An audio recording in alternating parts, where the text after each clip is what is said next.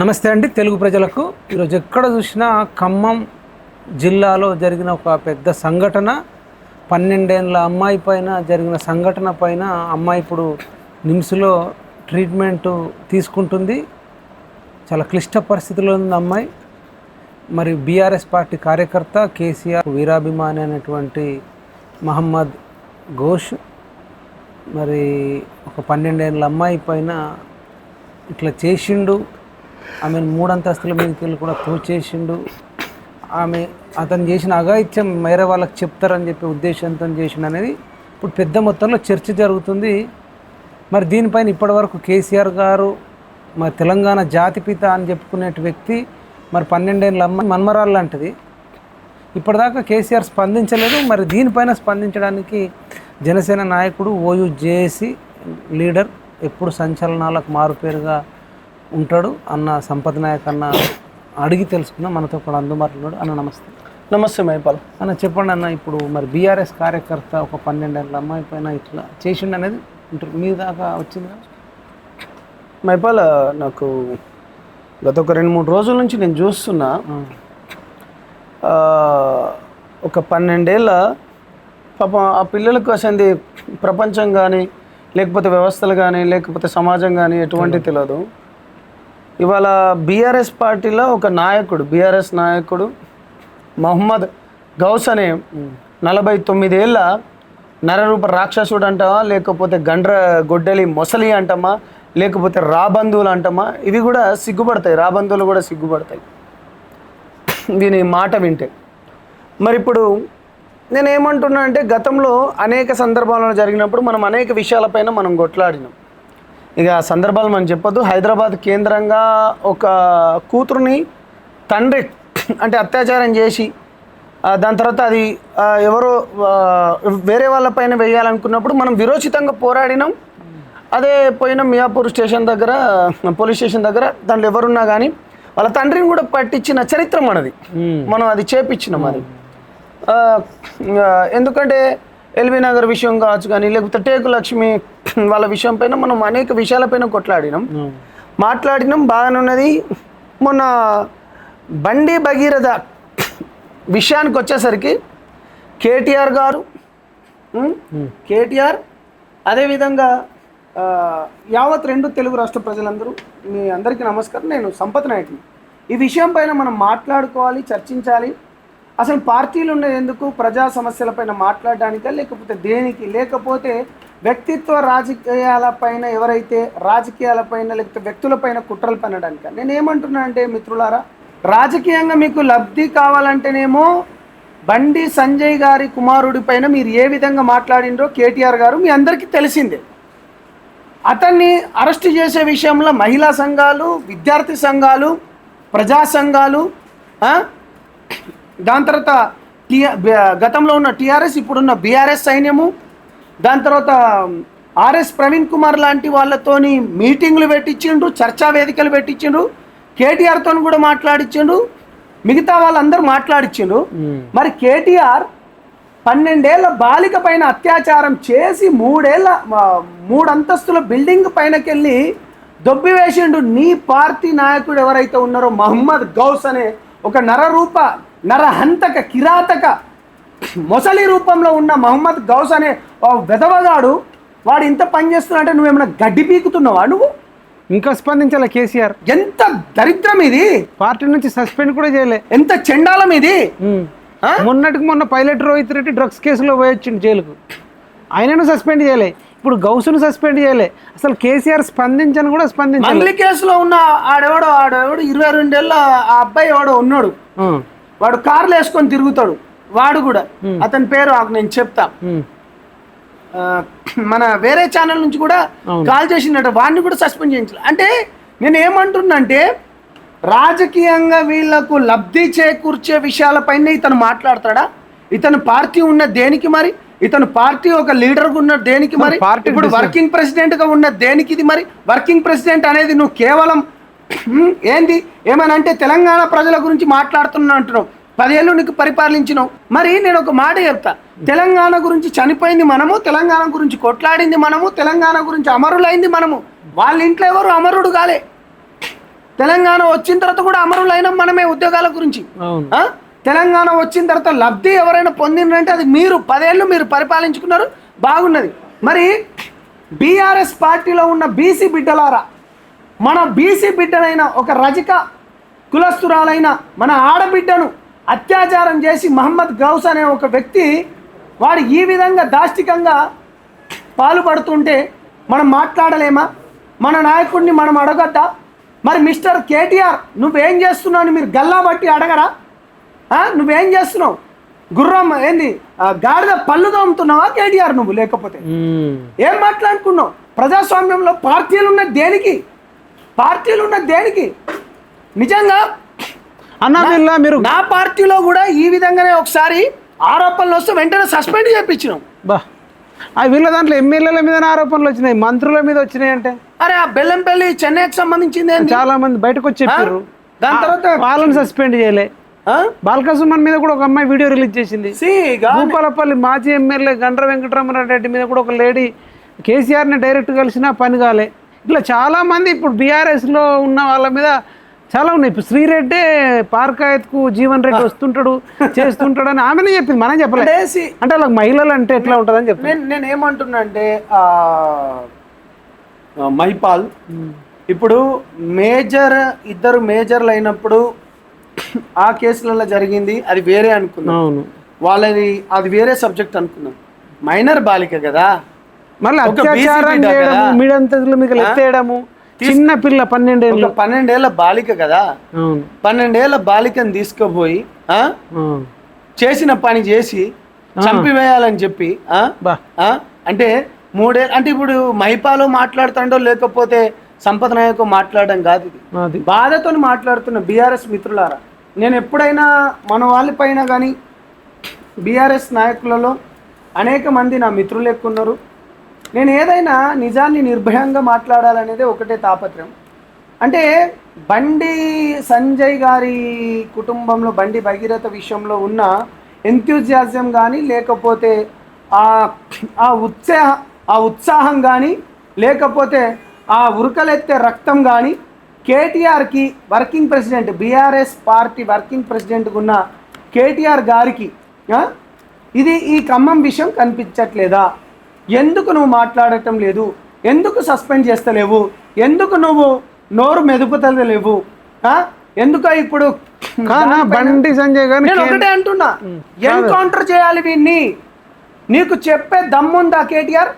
అది ఇప్పుడు మా ఆడబిడ్డ ఏది చైత్ర విషయంలో ఏదైతే ఉందో విస్తృతమైన పోరాటం చేసినాం. వానికి ఏం గతి పట్టిందో పవన్ కళ్యాణ్ గారిని కూడా మలక్పేట తీసుకొచ్చారు.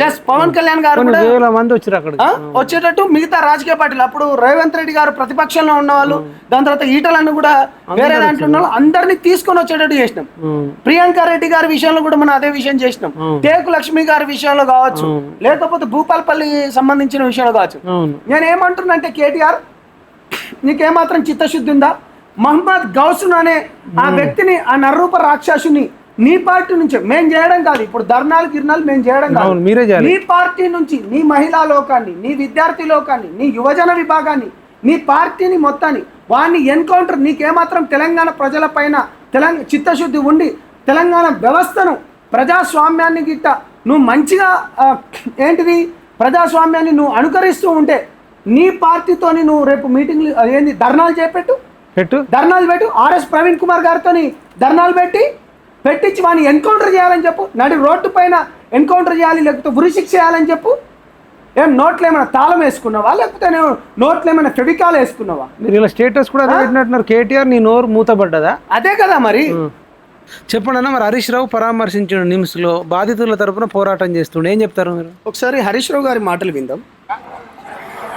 ఫాస్ట్ ట్రాక్ కోర్టు పెట్టి అటువంటి వ్యక్తులను ఉరిదీయాల్సిన అవసరం ఉంది.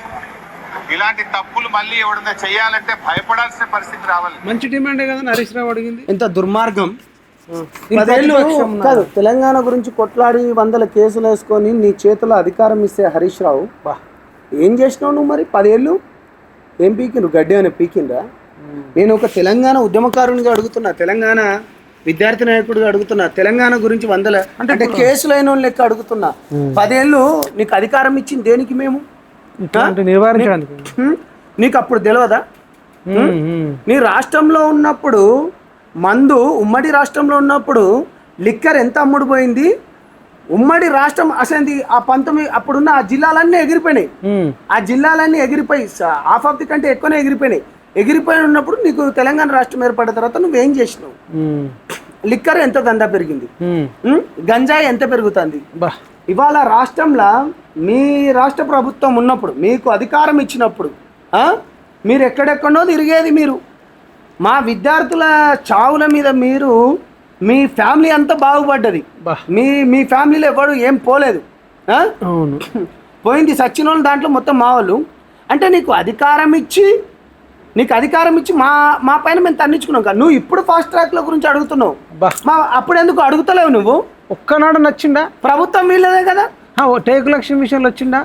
ఇక ఏమో మరి. దిశ విషయంలో వచ్చిందా? ఇక ఏమో మరి. చైత్ర విషయంలో వచ్చిందా? ఇక ఆనని అడగాలి. హరీష్ రావు అప్పుడు ఒక్కనాడు ఒక్క సంఘటన మీద రాలేడన్న. ఇప్పుడు నేను ఏమంటున్నా అంటే అసలు గిరిజన అమ్మాయిల మీద చాలా జరిగినాయి. నేను ఏమంటున్నా అంతేందుకు, నువ్వు చూస్తూనే ఉన్నావుగా. ప్రియాంక రెడ్డి విషయంలో కావచ్చు, లేకపోతే టేకు లక్ష్మి విషయంలో కావచ్చు, లేకపోతే బంజారా బిడ్డల విషయంలో కావచ్చు, వీళ్ళకు కేవలం ఓట్లు మాత్రమే కావాలి, ఓటు రాజకీయమే కావాలి. పిరికెడు లేరు వీళ్ళ సామాజిక వర్గం. నేను ఒకటే అంటున్నా, వీళ్ళకున్న ఓట్లు ఎంత? అంటే కేవలం వీళ్ళు మాట్లాడేది రాజకీయ స్వలాభమేనా? నేను ఏమంటున్నా అంటే చేతులు ఎత్తి దండం పెడుతున్నా బీసీ బిడ్డలారా, బీసీ నాయకులారా, అన్ని పార్టీలకి వెళ్ళి ఉన్న నాయకులారా, నాట్ ఓన్లీ వీళ్ళు కాదు, ముఖ్యంగా బీఆర్ఎస్ పార్టీలో ఉన్న బీసీ బిడ్డలారా, మన ఆడబిడ్డని 12 ఏళ్ళ ఆడబిడ్డని బీఆర్ఎస్ ఓడే మీ నాయకుడు కేటీఆర్ రేపు ధర్నాలు చేయమని చెప్పండి. హరీష్ రావు గారు మీరు ధర్నాలు చేయమని చెప్పండి. ఆర్ఎస్ ప్రవీణ్ కుమార్ ని పెట్టుకొని, లేకపోతే హరీష్ రావుని పెట్టుకొని అసెంబ్లీ దగ్గరనో, లేకపోతే ఇందిరా పార్క్ దగ్గరనో, లేకపోతే సికింద్రాబాద్ ఫాస్ట్ ట్రాక్ కోర్టులు లేవాలని అమర నిరాదీక్ష చేయమని చెప్పు. మీరు ఎట్లా చేయలేదు? అరే ఒక్క నిమిషం, అరే ఫాస్ట్ ట్రాక్ కోర్టులకు మాట్లాడడానికి కూడా సిగ్గుపడాలి హరీష్ రావు గారు. అర్హత ఉందా? అర్హత కూడా లేదు కదా. 10 ఏళ్ళ అవకాశం ఇచ్చినాం. 10 ఏళ్ళ అవకాశం ఇచ్చిన ఒక్కనాడు కూడా కేసీఆర్ చెప్పలేదు. ఏడ చెప్తారు వీళ్ళు? ఏడ చెప్తారు? భక్తు రాజకీయమేనా వీళ్ళు? ఇప్పుడు మీరు కూడా ఒక బీసీ బిడ్డలు ఎక్కున్నారు మైపాల్ గారు. మీరు అనేక విషయాలపైన మీరు పోరాడుతున్నారు, మీకు తెలవడం లేదా? అవును. అరే అఖిలపక్షం పెట్టాలి. ఇప్పుడు ఉస్మానియా విద్యార్థులం, నాయకులం అందరము, ఏది ఉద్యమకారులు అందరము అసెంబ్లీ ఏది మనం ఒకసారి సెక్రటరీ దగ్గర పోతేనే ఎన్ఆర్ఎస్ వాళ్ళు, ఓల్డ్ పీజీ వాళ్ళు, లేకపోతే న్యూ పీజీ వాళ్ళు, ఉద్యమకారులు అందరం కేసు నేలలో మనం అందరం కలిసి సెక్రటరీకి పోతే కనీసం రాని అని ఘమండ్ కదా కేటీఆర్ కి. సెక్రటరీకి రానియలే. ఇందిరా పార్క్ లో ధర్నా చౌక్ ఎత్తేసిర్రు. అది ఇంకా ఎంత దారుణం అంటే ధర్నా చేయడానికి లేదు. ఇదే ధర్నా చౌక్ దగ్గరికి వెళ్ళి ధర్నాలు చేసుకొని వచ్చిన వాళ్ళు వీళ్ళు అదే మనల్ని రెచ్చగొట్టిండ్రు. మన ప్రాణాలు పోయినాయి. ఎస్సీ ఎస్టీ బీసీ బిడ్డలై ఉన్నత వర్గాలు, పేద బిడ్డలు కొంతమంది ప్రాణాలు పోగొట్టుకునేటట్టు చేసుకున్నారు. మనకు పెట్రోల్ దొరుకుతుంది, డీజిల్ దొరుకుతుంది, అగ్గిపెట్టెలు కూడా దొరుకుతాయి, మనకు అన్నీ దొరుకుతాయి. వాళ్ళకు పెట్రోల్ పోసుకుంటే మళ్ళీ దీనిపైన మనం బాధ్యతగా మాట్లాడాలి. వాళ్ళకు పెట్రోల్ దొరుకుతాయి కానీ అగ్గిపెట్టెలు దొరకవు వాళ్ళకు. మన ఏమో శవాలు లేవాలి, వాళ్ళేమో సీఎంలు కావాలి, మంత్రులు కావాలి, ఎమ్మెల్యేలు కావాలి, వాళ్ళు ఉన్నదేమో పిరికిడి, మనం ఉన్నాళ్ళు అంటే మన వాళ్ళు అంటే ఎంత దరిద్రం ఇది. మీరు గమనించరా? ఇవన్నీ కూడా పేద వర్గాలలోనే జరుగుతాయి. ఇట్లాంటి అత్యాచారాలు, బిల్డింగ్ల మీదకి వెళ్ళి ఎత్తేయడాలు, రేపులు చేసి బయటపడేయాలి, ఇవన్నీ కూడా ఈ పేద మధ్య తరగతిలో జరుగుతాయి. కానీ కోటీశ్వర్లలో ఒక్కటన్నా జరగంగా మీరు చూసారా? అంటే నేను ఏమంటున్నా అంటే వాళ్ళకు మాత్రం సేఫ్టీ సెక్యూరిటీ ఉందన్న మహిపాల్. నేను ఏమంటున్నా అంటే మనకు మన అమాయకులు అనుకోవాలా, లేకపోతే ఇంకోటి ఏంది ముందుకు పోతా అంటే ఒకటి వెనుకకు నెట్టే జాతి అనుకోవాలా? మన ఈ నిమ్న వర్గాలు ఒకటే బాధతో మాట్లాడుతున్నా. అంటే దాడులు మన దాంట్లోనే అవుతాయి. దాడులు కూడా చేసుకునేటోడు వేరేటోడే ఉంటాడు. వాళ్ళు ఎప్పుడు కొట్టుకోరు. ప్లస్ ఇంకొకటి చెప్తాను వినండి. ముఖ్యంగా ఈ దాడులు జరిగేటప్పుడు ఏదైతే ఉన్నాయో కేవలం ముసలి కన్నీరు మాత్రమే గారుస్తారు వీరు, తప్పిస్తే సిన్సియారిటీ ఎక్కడున్నది? మళ్ళా వీళ్ళకి సపోర్ట్ ఇచ్చేది, మళ్ళీ వీళ్ళను భుజాలపైన మోసేది, వీళ్ళ భుజాలపైన పల్లెకిలు మోసేది మొత్తం ఈ వర్గాలే, గంతే. మళ్ళా ఇప్పుడు 80% వీళ్ళు ఉండి 80% ఓటు బ్యాంక్ వీళ్ళది ఉండి నువ్వు వీనికి ఇచ్చుడేంది? అట్లా నిజాయితీ పరులు అంటే నిజాయితీ లేదన్న. ఓసీలు అయినా ఏం కాదు కానీ 1% నిజాయితీ కనబడట్లేదు. ఇప్పుడు ఒకరిపైన ఆరోపణలు వచ్చినాయి, వాళ్ళిద్దరికి 40 ఏళ్ళు 35 ఏళ్ళు వచ్చినాయి. వాళ్ళపైన ఆరోపణలు వస్తే మా పవన్ కళ్యాణ్ గారు వెంటనే తీపిచ్చేసిండ్రు, పార్టీ నుంచి పక్కన పెట్టిండ్రు. దాని తర్వాత నిజాలు తెలుసుకున్నారు. దాని తర్వాత ఏదైతుందో దాని తర్వాత మళ్ళీ ఇప్పుడు అదంతా తప్పని తేలిన తర్వాత అది వచ్చింది. అరే నీకు బాలిక వాంగ్మూలం ఇచ్చింది, 12 ఏళ్ళ బాలిక నీకు వాంగ్మూలం ఇచ్చి నువ్వు ఎన్కౌంటర్ చేయమని ఇప్పుడేమో చెప్పవు. కేసీఆర్ అమర నిర్దేశం ఎందుకు చేయొద్దు? ఫాస్ట్ ట్రాక్ల కోసం ఫాస్ట్ ట్రాక్ కోర్టులు రావాలి. నెక్స్ట్ ఏ బాలిక మీద ఎవడని ఇట్లా చేస్తే ఫాస్ట్ ట్రాక్ కోర్టుల ద్వారా ఉరిదీయాలని బీఆర్ఎస్ పార్టీ కేసీఆర్ ఇందిరా పార్క్ దగ్గర ధర్నా చౌక్లో అమర నిరాహార దీక్ష ఎందుకు చేయకూడదు అంటున్నాను.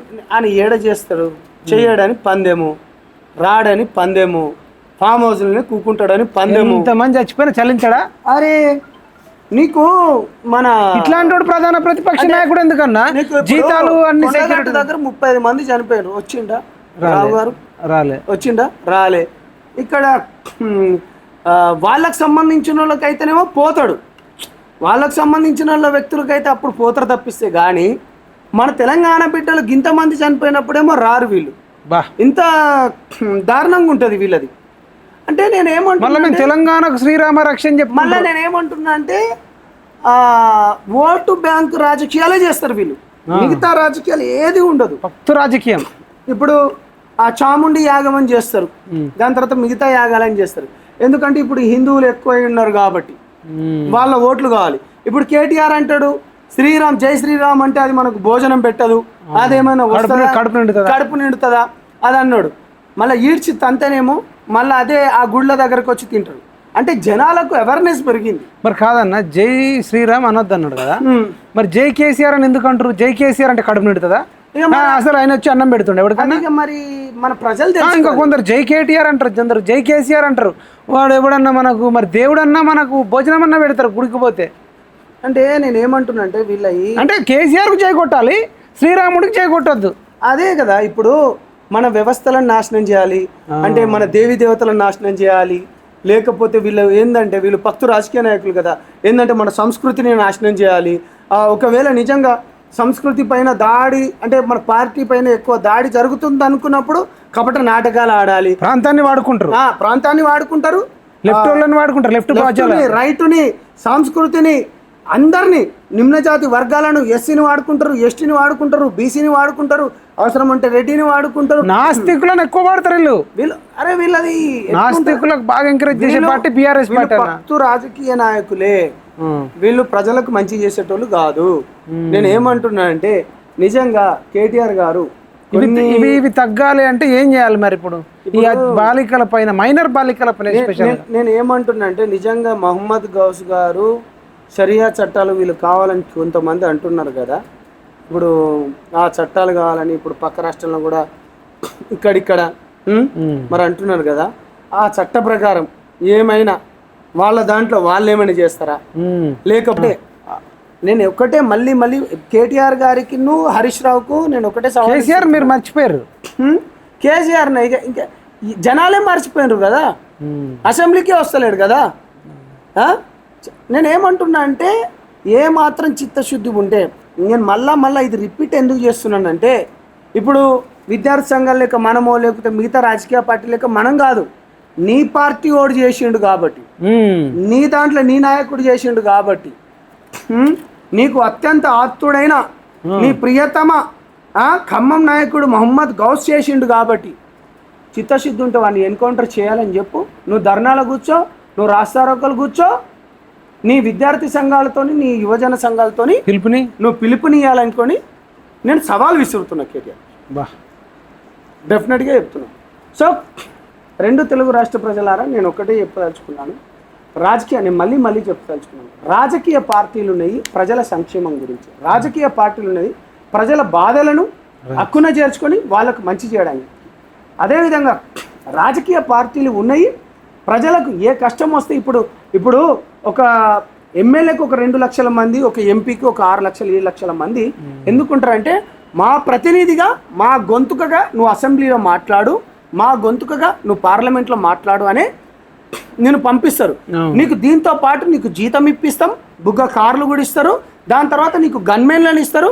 నీకు ఎక్కడ పోయిన సపర మర్యాదలు ఎందుకు చేయాలంటే మా ప్రతినిధిగా ప్రజాస్వామ్యంలో రాజ్యాంగబద్ధంగా నువ్వు మా గొంతుక ప్రకారంగా నేను చేయమని చెప్పినాం. నువ్వు ఇక్కడ ఏం చేస్తున్నావు? రాజకీయ పార్టీలను పెట్టుకొని నువ్వు అధికారంలోకి వచ్చిన తర్వాత ఒక లెక్క, అధికారం పోయినప్పుడంటే హరీష్ రావు మా అయ్యా మా సారు ఒకటి ఇప్పుడు గుర్తుకొస్తున్నాయి. సో నేను ఏమంటున్నాను, మరి రేపు వీళ్ళు అధికారంలోకి వచ్చినాక తీసుకొస్తామని కూడా మాట ఇట్లే మళ్ళా ఆయన మహమ్మద్ గౌసాన్ కూడా చెప్తలేడు హరీష్ రావు గారు ఇటువంటి వాళ్ళకు. మళ్ళీ మా బీఆర్ఎస్ పార్టీ అవడం మాకు బాధాకరం అని కూడా చెప్తలే. కాదు, మా అది ఎవడైనా సరే, మా పార్టీ వాడైనా మంది పార్టీ వాడైనా వాడిని చట్ట ప్రకారంగా శిక్షించాలి. లేకపోతే మీరు ఏ విధంగా కొట్లాడినరో ఆ విధంగా మీరు చేయాలి కదా. అసలు అన్న నేను ఒకటి చెప్పన్నా మీకు, ఈ సందర్భంగా ఇంటర్వ్యూ సందర్భంగా చెప్తున్నా, ఈ అత్యాచారాలు ఇవన్నీ జరగడానికి కూడా మెయిన్ ప్రధాన కారణం రాజకీయ నాయకులన్న. మెయిన్ ఎట్లాను వీళ్ళన్న విచ్చలవిడిగా గుడి పక్కకే బెల్ట్ షాప్ ఉంటుంది, బడి పక్కకే బెల్ట్ షాప్ ఉంటుంది, గల్లీ గల్లీకి. ఇప్పుడు మనం నందనవనం అని ఒకటి పోయినామన్నా, మీరు కూడా వచ్చిర్రు, చిన్న మైనర్ బాలిక మీద చేసిర్రు. అందులో ఒక 200 ఇండ్లు ఉంటే ప్రతి 4 ఇండ్లకు ఒక బెల్ట్ షాపు. మైపాల్ నీకు ఎల్బీ నగర్ నియోజకవర్గం వస్తుంది. అత్యంత విషాదకరమైన ఘటన. ప్లస్ ఇంకొకటి మనం అందరం భయపడాల్సినది ఏంటంటే, సిటీలలో కానీ గ్రామాలలో కానీ గంజాయి విచ్చలవిడిగా పెరిగిపోయింది. మరి ప్రతి ఇంటికి నేనేమంటున్నా అంటే, ప్రతి ఇంట్లో మగపిల్లలు కానీ ఎవరున్నా కానీ ఆ ఐటీ సెక్టర్లలో పోతా అంటే, ఇవాళ తల్లిదండ్రులు కురవృద్ధుల కాడికి వచ్చిండు. వాడి చేతి కింద వాడి ఏందంటే వాడు గంజాయికి బానిసై, లేకపోతే మద్యానికి బానిసై ఇంట్లో వాళ్ళపైన దాడులు చేస్తున్నాడు, ఇంట్లో వాళ్ళకి నరకం చూపిస్తున్నాడు. పోలీస్ స్టేషన్లకు పోతే వాడు ఇప్పుడు నిన్న మొన్నటికి ఒక కేసు వచ్చింది. పోలీస్ స్టేషన్లలో పోతే వాళ్ళని పట్టించుకోరు, వాళ్ళనేమో దగ్గరికి తీసుకోరు. వాడు ఎందుకంటే తాగి ఉన్నాడు కదా అని చెప్పేసి వాడిని పోలీస్ స్టేషన్లో ఉంచుకోరు. వాడిని తాగిన తర్వాత అంటారు ఇప్పుడు రీహాబిలిటేషన్స్ అని చెప్పేసి, లేకపోతే వానికి జైలుకి పంపించాలన్నా కానీ వాని గురించి ఇప్పుడు వీళ్ళు ఎవరైతే ఉన్నారో సరైన ట్రీట్మెంట్ ఇస్తలేరు, సరైన చట్టాలు లేవు. ఇవాళ గంజాయి విషయంలో కూడా ఇప్పుడు ఈగల్ టీం అనుకొని, లేకపోతే పోలీస్ వ్యవస్థలు నీ చేతులలో ఉన్నది. ఎక్కడికి పోయినా 5G ఒకటే రోజులో నువ్వు అంతరిక్షం మీద పోయి ఇవాళ నువ్వు వచ్చేస్తున్నావు. అంత టెక్నాలజీని పెట్టుకున్నా కూడా ఇవాళ తల్లిదండ్రుల గోస. నేను ఒకటే చెప్తున్నా, ప్రజల గురించి. ఈ రేవంత్ రెడ్డి కూడా చెప్పండి, ఎందుకంటే మళ్ళీ మనం హరీష్ రావు అన్నాం కదా, కేటీఆర్ అన్నామంటే ఈ రేవంత్ రెడ్డిని ఎన్కేసుకొచ్చినట్టు కాదు. చెప్తలేవా కాదు, నేను ఏమంటున్నా అంటే, ఇప్పుడు ఆయననే హోంశాఖ మంత్రి, ఆయననే ముఖ్యమంత్రి, మున్సిపల్ శాఖ మంత్రి రేవంత్ రెడ్డి గారు అంటే ఇప్పుడు దేశంలోనే నెంబర్ 1 పోలీసింగ్ అనుకుంటున్నారు కదా. పోలీస్ స్టేషన్లో ఏంది, హోమ్ మినిస్టర్ కూడా మీరే కదా. ఇక ఎన్ని చెప్పినా మీ పని, మీ దందా, మీరు రియల్ ఎస్టేట్ కానీ లేకపోతే మీ 4th సిటీ పైన మీరు బాగా పడ్డారు, అన్నీ చేసుకుంటూ పోతున్నారు. నేను ఏమంటున్నా అంటే, నీతోని కలిసి పని చేసినోని, నీ తమ్ముళ్ళు లెక్కున్నోని నేను ఒకటి చెప్తున్నాను, గెలుపు కూడా కృషి చేసారు. మీ గెలుపుకు కృషి చేసిన వాళ్ళ దాంట్లోకి వెళ్ళి ఉన్నోళ్ళమన్నా. ఇవాళ గంజాయి పెట్టరేగిపోతున్నది. ఇవాళ మీరు ఏ పోలీస్ స్టేషన్లో కానీ తీసుకున్నా కానీ గంజాయి తల్లిదండ్రులు బాధితులు ఎక్కువగా ఉన్నారు. ఈ యువత ఏదైతే ఉన్నారో 25 నుంచి 19 ఏళ్ళ నుంచి 30 ఏళ్ళు 35 ఏళ్ళ వరకు ఏంటంటే తల్లిదండ్రులను కొట్టడం, తల్లిదండ్రులను తిట్టడం, తల్లిదండ్రులను అసలు మాట కనీసం వాళ్ళు పనికి కూడా పోకపోవడం మరీ దారుణం అవుతున్నది. కనీసం మీ పోలీస్ స్టేషన్లలో కూడా దయచేసి నేను మీకు ఒక రిక్వెస్ట్ చేస్తున్నాను, హోమ్ మినిస్టర్గా మీరు ఉన్నారు కాబట్టి ఆ పోలీస్ స్టేషన్లలో కూడా ఇదంతా పట్టించుకునేటట్టు చూడండి అన్న. మీరు ఎక్కడ పట్టించుకున్నారంటే, నేను ఏమంటున్నా అంటే మీరు ఒకసారి చెక్ చేయండి. ఎంత బాధాకరమైన విషయం అంటే అంత బాధాకరమైన విషయం ఇది. నిజంగా తల్లిదండ్రుల గోస తగులుతుంది అన్న. విద్యాశాఖ ముఖ్యమంత్రి చేసింది రేవంత్ అన్న. ఇప్పుడు 10 ఏళ్ళు వాళ్ళు పరిపాలించి నిన్ను ఎందుకు తెచ్చుకున్నారంటే నువ్వేదో మంచిగా చేస్తావని. ఉస్మానియాకు నిన్ను తీసుకొని వచ్చి మా నూనూగు మీసాలన్న, మా గండర గండు, మా అన్న మా రేవంత్ రెడ్డి అన్నం మాకు వచ్చి ఏదో చేస్తాడని అనుకున్నామన్నా. చెప్తున్నదా అన్న, నల్లమల పులి అన్నామన్న. నల్లమల పులి వేటాడాలి కదా గంజాయి డ్రగ్స్ అమ్మేటోళ్ళ మీద. నేను ఏమంటున్నా అంటే, మైపాల్ మన అన్న నల్లమల్ల పులి అన్న కేవలం ప్రగల్భాలకే ఉన్నాడు తప్పిస్తే మాటలు కోటలు దాటుతాయి. అది రాహుల్ కోటల వరకు పోతాయి. కేసీఆర్ పేగులు మెడల్ వేసుకుంటాడట. నేను గంజాయి అమ్మేటోటి మెడల్ వేసుకో కదా.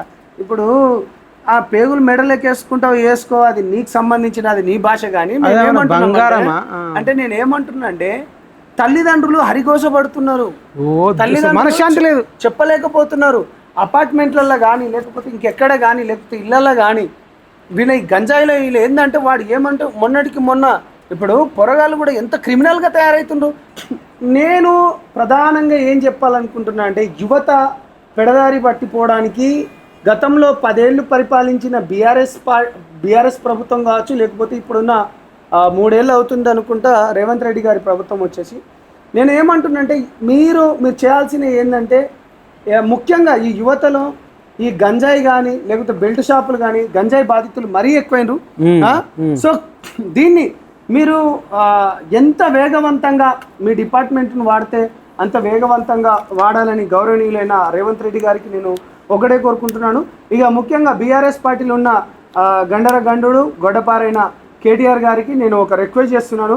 ఇక మెయిన్ కాదు ఉద్యమాలు చేయాల్సింది, మీ పార్టీలో ఉన్న గౌస్ గారిని నడి రోడ్డు పైన ఖమ్మం సెంటర్ దగ్గరకి ఏదైతే ఉన్నో వాడిని ఎన్కౌంటర్ చేయాలన్నా లేకపోతే వాడిని బహిరంగంగా ఉరిదీయాలనేది మీరే పోరాటాలు చేయండి.